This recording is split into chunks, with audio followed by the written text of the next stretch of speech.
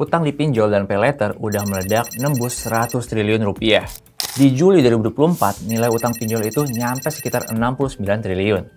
Sekarang nilainya udah nyampe segini, naik lebih dari 20% dalam setahun. Nilai utang paylater itu tumbuhnya jauh lebih tinggi. Di Juli 2024, utang paylater di bank dan fintech itu nyampe sekitar 25 triliun rupiah. Sekarang nilainya udah lebih dari 32 triliun. Ini naiknya hampir 30%. Kalau kata Direktur Ekonomi Digital Celios, Nailul Huda, pesatnya pertumbuhan utang paylater ini nggak lepas dari kemudahan akses penyedia jasa. Proses approval paylater ini emang jauh lebih gampang dibanding kartu kredit. Calon pengguna nggak perlu nyediain dokumen-dokumen kayak slip gaji buat bisa pakai paylater.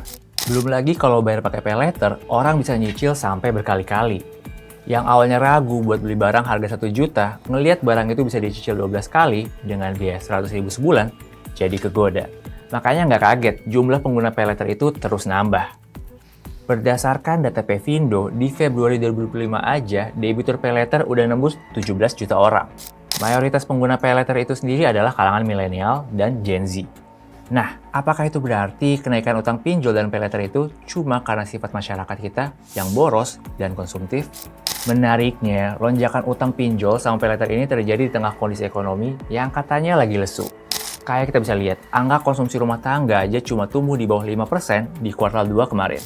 Baru-baru ini juga Bank Indonesia ngeluarin hasil survei yang nunjukin kondisi keuangan rumah tangga melemah. Gubernur BI sendiri pun ngakuin kok, konsumsi masyarakat itu masih lemah sampai sekarang. Menurut Direktur Riset Bidang Ekonomi Digital Core, Etika Karyani Suwono, utang paylater yang terus bertambah itu nunjukin daya beli masyarakat yang lagi tertekan. Karena gaji stagnan, sementara harga barang makin mahal, jadi orang terpaksa pakai paylater. Orang nggak lagi nyicil buat beli barang yang sifatnya sekunder atau tersier, tapi juga barang primer. Ini nih yang sebenarnya bahaya. Kalau nggak dikelola dengan bijak, masyarakat bisa kelilit utang. Utang itu bisa aja nantinya malah nggak kebayar. Buat sekarang, rasio kredit macet paylater itu masih kejaga di kisaran 3%. Tapi kalau ngelihat daya beli masyarakat yang tertekan, PHK juga masih berlanjut, angka kredit macet itu bisa aja membesar nantinya. Soalnya kemampuan masyarakat buat belanja dan bayar utang itu makin berkurang seiring waktu.